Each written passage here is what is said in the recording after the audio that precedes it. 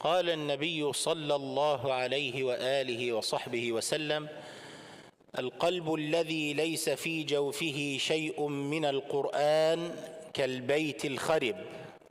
The heart that does not contain any Quran in it is like an abandoned house.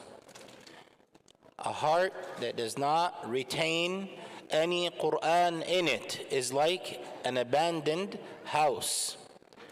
This heart Allah subhanahu wa ta'ala gave us, and the example Rasulullah sallallahu alaihi wasallam uses here is like a house. And you can imagine, the more Quran you have, the larger the home. We're all striving to have big homes, right? May Allah give us qusur in Jannah. And give us the best of dunya too, inshallah. And make us grateful servants to Allah. That means your heart, mashallah, in a healthy sense, not the cardiologist sense of an enlarged heart. So the bigger, right? And then the more Quran you have, you can imagine. Now, mashallah, you have the top of the line hardwood or marble or whatever you're into. And you have a beautiful chandelier or chandeliers. You have high ceilings instead of one that's just so many feet. And you have, mashallah, so much space and sunlight and windows and perhaps, mashallah, acreage, right? So this is when you have more Quran. More Quran. Less Quran, less of all. Less size, less beauty, and less. And then eventually, what happens to an abandoned home? It gets occupied and infested, right?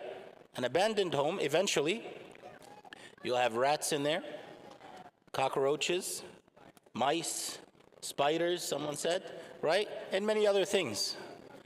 The point is, this is our heart, and Allah gave it to us.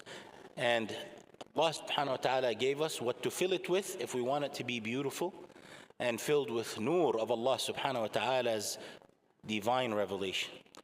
And He encouraged us to read the Quran, memorize some or all of the Quran as much as you can, understand the Quran, maintain a connection and relationship with the Quran.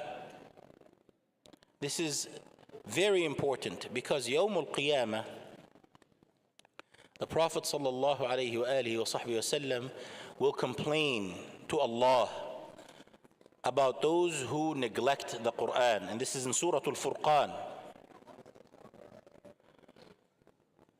وَيَوْمَ يَعَضُّ الظَّالِمُ عَلَى يَدَيْهِ يَقُولُ يَا لَيْتَنِي اتَّخَذْتُ مَعَ الرَّسُولِ سَبِيلًا يا ويلتى ليتني لم أتخذ فلانا خليلا لقد أضلني عن الذكر بعد إذ جاءني وكان الشيطان للإنسان خذولا وقال الرسول يا رب إن قوم اتخذوا هذا القرآن مهجورا.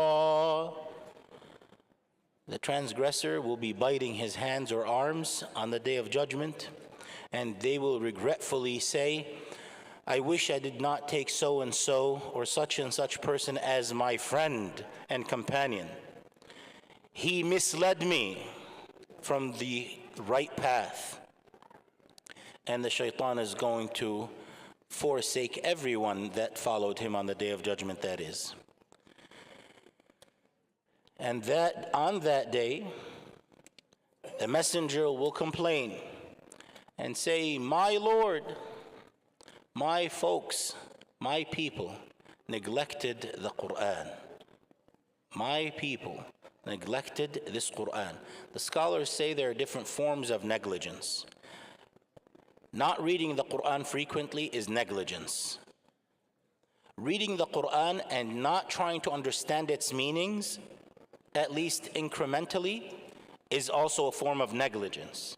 Reading, understanding, and yet not implementing is also another form of negligence. Reading, understanding, implementing, but not sincerely for Allah is a form of negligence. And Imam al-Hasan al-Basri, rahimahullah, he says, كل الناس هلك إلا العالمون والعالمون هلك إلا العاملون والعاملون هلك إلا المخلصون والمخلصون على خطر عظيم. He says all people are going to perish except those who know the sacred knowledge, meaning those who know Allah subhanahu wa ta'ala, His messenger, His guidance, because they're misguided.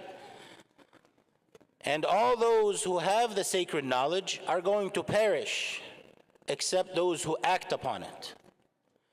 And all those who act upon it are going to perish except those who act upon it sincerely for Allah, seeking His rewards and pleasure alone.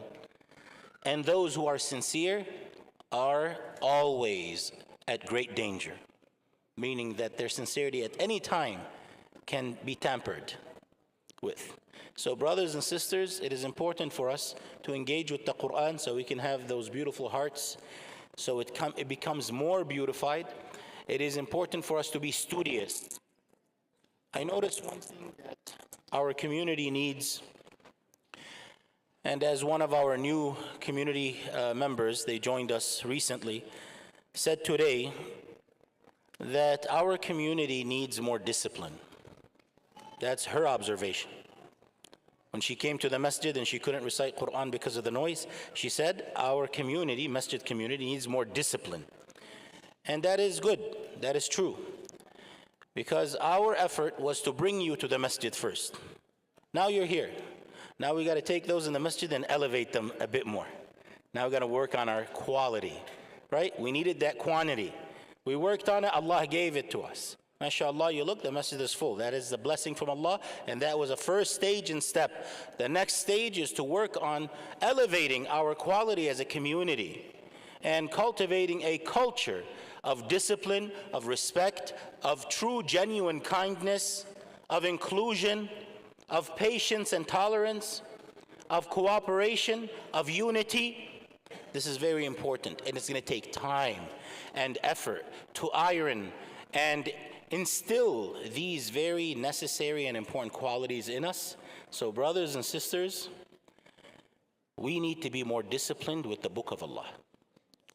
We keep hearing, yes, let's read, let's come. MashaAllah, you're disciplined to come to Taraweeh. That's great. In addition to that, let's take it a step further, that you will have your own personal daily regimen of engaging with the Holy Quran. It could be one ayah, it could be one line, a part of an ayah, not even a full ayah. That is perfectly beautiful. Just please make that so you maintain a relationship with the Quran.